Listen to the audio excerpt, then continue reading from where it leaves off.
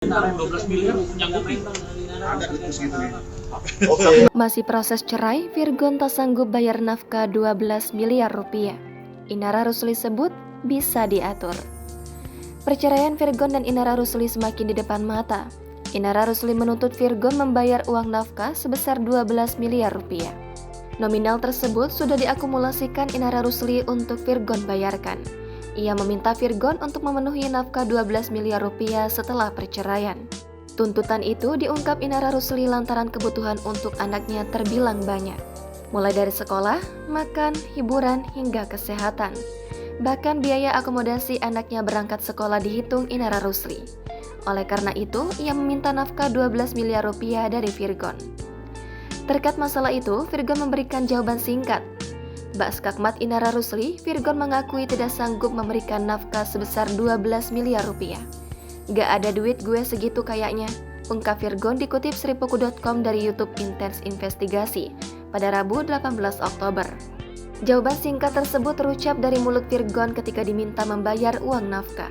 Sebagai ayah, ia tidak menyanggupi keinginan Inara Rusli. 12 miliar nyanggupi.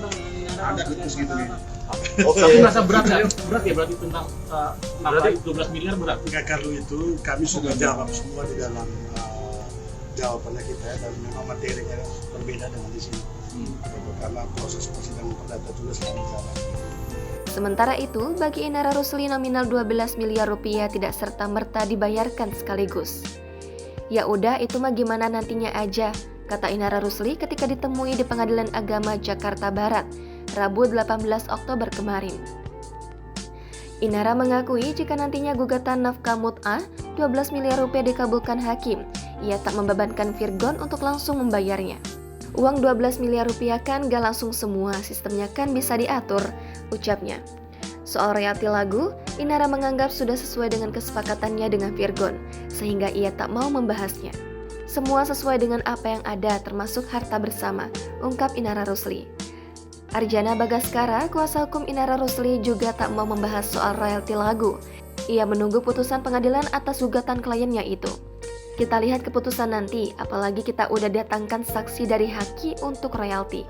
Semua sudah dijelaskan bahwa hasilnya adalah harta bersama, ujar Arjana Bagaskara.